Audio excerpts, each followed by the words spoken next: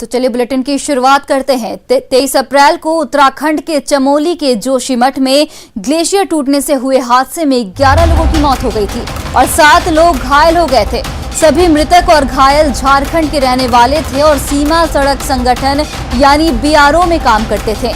चमोली के जिलाधिकारी ने ये सूचना दी है। हादसे में जिन 11 लोगों की मौत हुई है उनके नाम तारणी सिंह, मनोज ठंडर, रोहित सिंह, राहुल कुमार दुमका के हैं, जबकि न्यारण कंडुलना, पॉल कंडुलना, हनुक कंडुलना, सगेन कंडुलना खूंटी के बताए जा रहे हैं।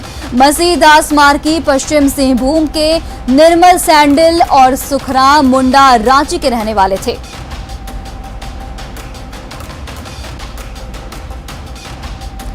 सीएम हेमंत सोरेन ने चमोली हादसे में झारखंड के 11 मजदूरों की मौत पर दुख जताया है।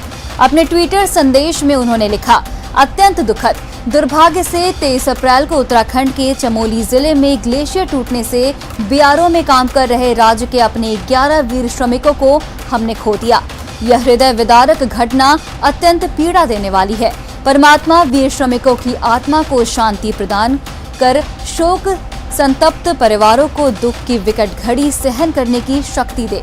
मैं घायल हुए 7 श्रमिकों के भी शीघ्र स्वास्थ्य लाभ की कामना करता हूं। झारखंड सरकार उत्तराखंड सरकार के साथ संपर्क बनाकर हर संभव मदद पहुंचाने हेतु कार्य कर रही है।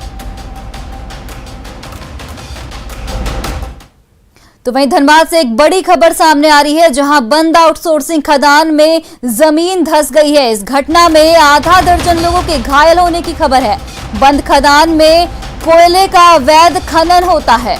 अवैध कोयला उत्खनन की वजह से धंसी जमीन बीसीसीएल के ईस्ट कतरास ओरिएंटल माइनेंस की ये पूरी घटना बताई जा रही है।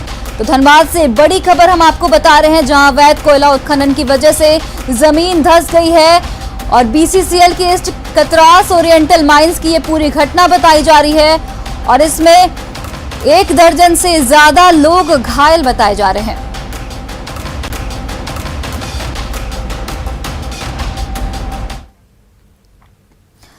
कोरोना के कहर से बचने के लिए पेट्रोल पंप पर नो मास्क नो पेट्रोल नियम का पालन किया जा रहा है, लेकिन जमशेदपुर में बिना मास्क पेट्रोल नहीं देने पर पंप एक स्कूटी चालक पेट्रोल पंप के कर्मियों से भिड़ गया।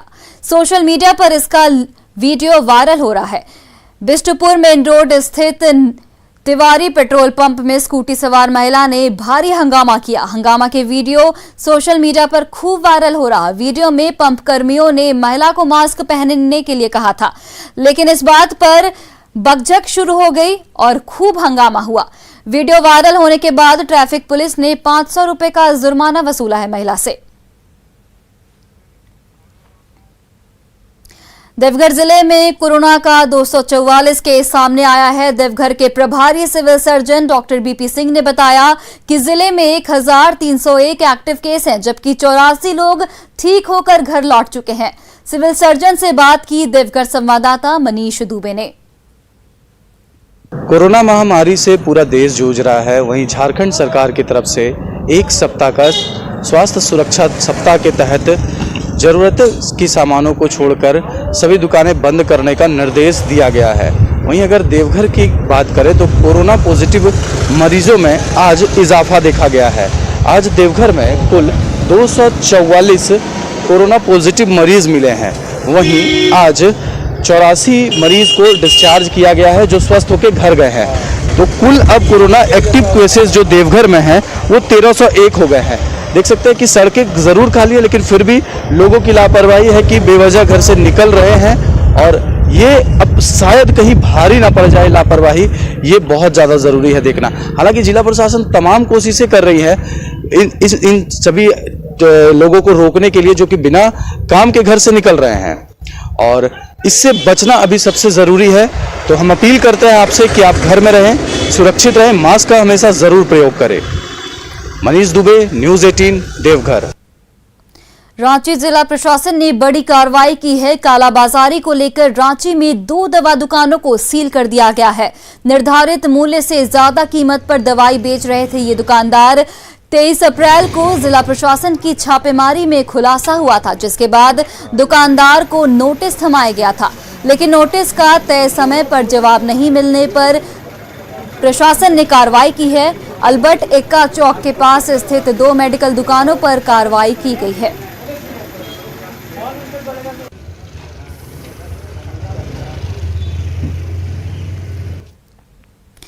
वहीं झारखंड में कोरोना के बढ़ते मामलों को लेकर सीएम हेमंत सोरेन काफी गंभीर दिखाई दे रहे हैं। सीएम ने रविवार को ऑक्सीजन प्लांट का निरीक्षण किया।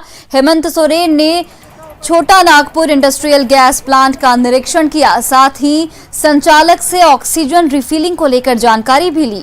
साथ ही रिफिलिंग दोगुना करने को लेकर निर्देश दिए गए हैं। अभी यहाँ जो हमने देखा 1 घंटे में 36 सिलेंडर जंबो सिलेंडर भरने की कैपेसिटी इस इंडस्ट्री को है। इनको बढ़ाने का भी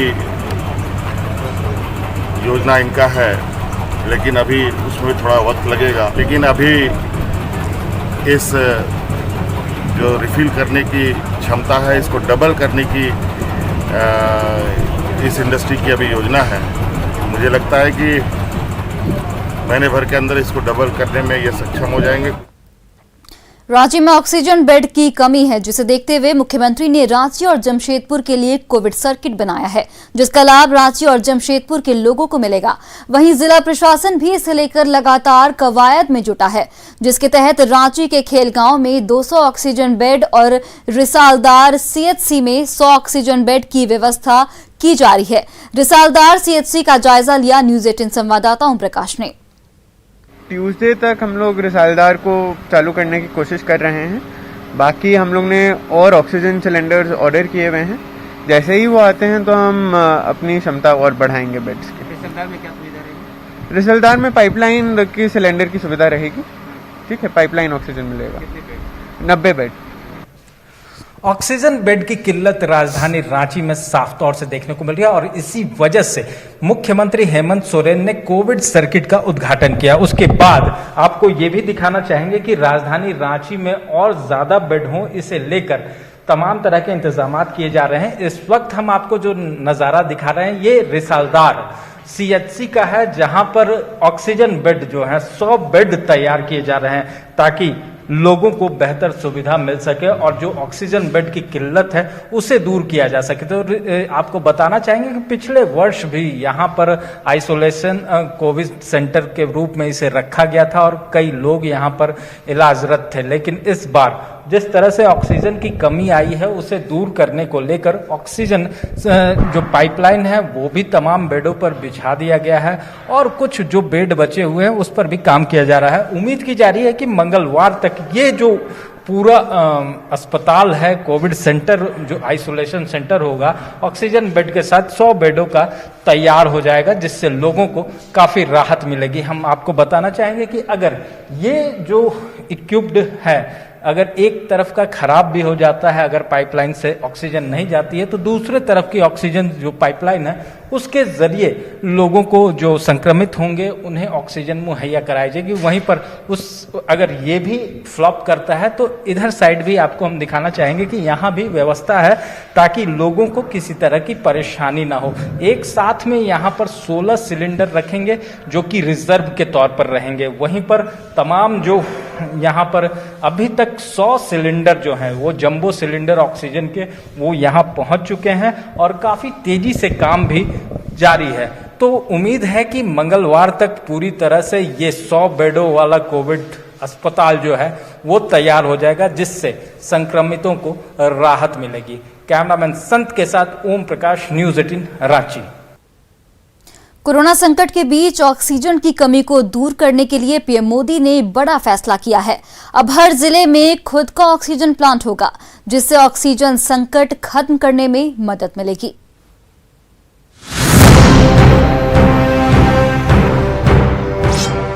बड़े संकट पर पीएम मोदी का बड़ा फैसला।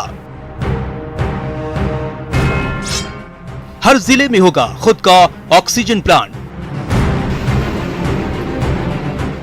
पीएम केयर्स फंड से लगेंगे 551 ऑक्सीजन प्लांट।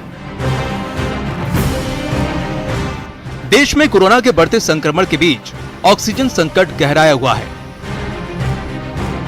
महामारी के इस दौर में ऑक्सीजन संकट से उबारने के लिए सरकार युद्ध स्तर पर जुटी हुई है। ऑक्सीजन की आपूर्ति के लिए रेलवे और वायुसेना की मदद भी ली जा रही है। ऐसे में देश में ऑक्सीजन संकट को पूरी तरह से खत्म करने के लिए पीएम मोदी ने बड़ा फैसला लिया है। हर जिले में खुद का ऑक्सीजन प्लांट होगा। पीएम ने 551 ऑक्सीजन प्लांट लगाने की मंजूरी दी है। सभी नए प्लांट सरकारी अस्पतालों में लगाए जाएंगे।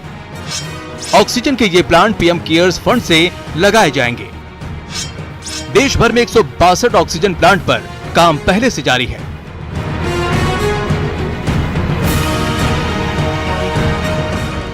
सरकार के इस फैसले से लंबे समय तक हर जिले में ऑक्सीजन की आपूर्ति में काफी मदद मिलेगी।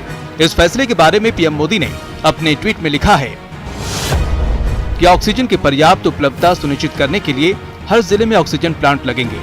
एक महत्वपूर्ण निर्णय जो अस्पतालों में ऑक्सीजन की उपलब्धता को बढ़ावा देगा और पूरे देश में लोगों की मदद करेगा। इस फैसले पर केंद्रीय गृह मंत्री अमित शाह ने ट्वीट कर पीएम मोदी का आभार जताया है। शाह ने अपने ट्वीट में लिखा है कि ऑक्सीजन की कमी को दूर करने और जनता की मदद करने की दिशा में बड़ा फैसला।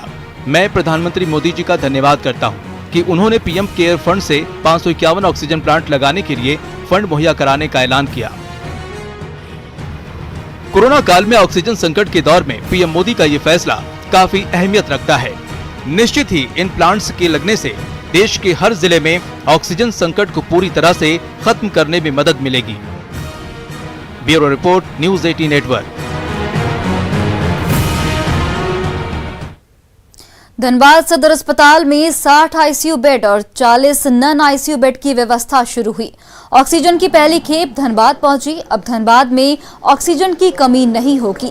ऑक्सीजन सिलेंडर का एक खेप सदर अस्पताल पहुंचा है। साथ ही सभी आईसीयू बेड को ऑक्सीजन के लिए पाइपलाइन से जोड़ा जाएगा। फ्री कर दी गई है। हमारे मेडिकल पैरामेडिकल जितना भी डॉक्टर सब है सबका ट्रेनिंग है 12 बजे से टाउन हॉल में। इन लोग को लाइन अप कर दिया जाएगा कि किस तरह पेशेंट को टैकल करना है, किस तरह से प्रोटेक्शन करना है और कितना भी मतलब मुसीबत आवेगा ऑक्सीजन जैसे सप्लाई करना है, सब कुछ करना है, सारी चीज़ का ट्रेनिंग आ दिया जाएगा। और हमारे यहाँ सिलेंडर भी बहुत जम्बो जेट भी 100 करीब आ चुका है और ऑक्सीजन पाइपलाइन का भी काम शुरू हो गया है। और बाकी जितना भी मैन पावर जो भी है हमारे सब तैयार हैं। हम लोग हमारे जिला में अब हमारे बेड हो जाएगा, करीब 170 बेड हो जाएगा, आईसीयू बेड हो जाएगा। अब बात एक अच्छी खबर की। गिरिडीह रोटरी क्लब मुफ्त में कोरोना मरीजों को खाना खिला रहा है। इतना ही नहीं, रोटरी क्लब मरीजों को दवाइयां और ऑक्सीजन भी दे रहा है। जरूरत के मुताबिक एम्बुलेंस भी मुहैया कराया जा रहा है। मरीजों को सिर्फ 5 रुपए में टोकन दिया जाता है। रोटरी क्लब में लगभग 72 सदस्य हैं जो कोरोना मरीजों को मुफ्त में घर पर भी खाना डिलीवरी कर रहे हैं। जैसे कि हमारा तो 365 दिन प्यार बांटते चलो, रोटरी प्यार बांटते चलो चलता है, जिसमें प्रतिदिन हम 100 से ऊपर लोगों को 5 रुपया का एक टोकन अमाउंट लेके खिलाते हैं।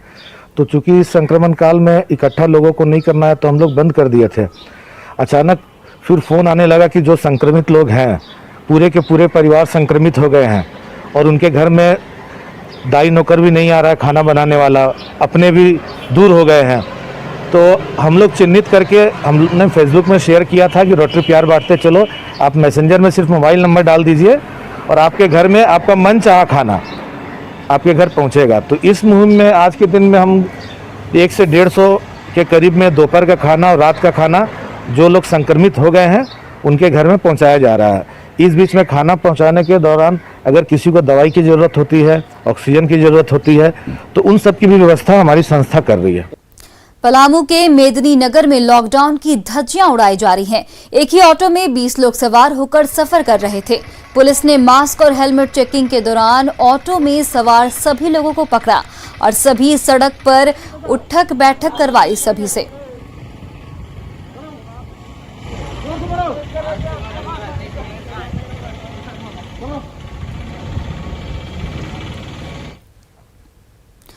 कोरोना को हराने का बीएसएफ के जवानों ने देसी जुगाड़ निकाला है जो आसानी से घर पर बनाया जा सकता है और पूरे परिवार को कोरोना वायरस से बचाया जा सकता है। पहली नजर में आप सोच रहे होंगे कि ये जवान क्या कर रहे हैं।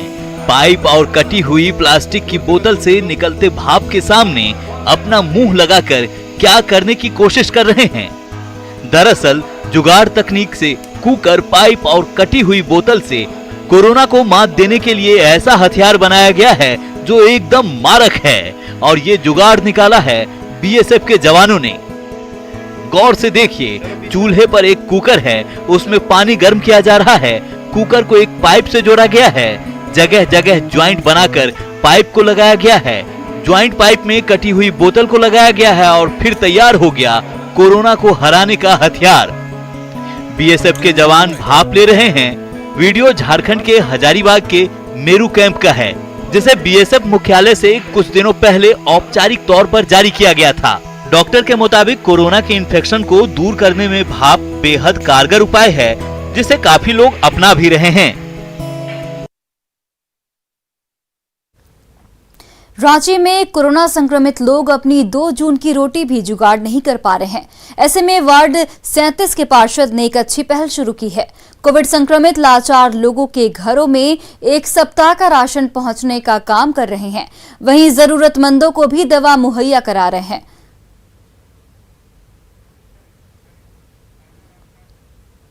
तो फिलहाल इस बुलेटिन में इतना ही। देश और प्रदेश की तमाम बड़ी खबरों के लिए आप देखते रहिए न्यूज़ 18 बिहार झारखंड।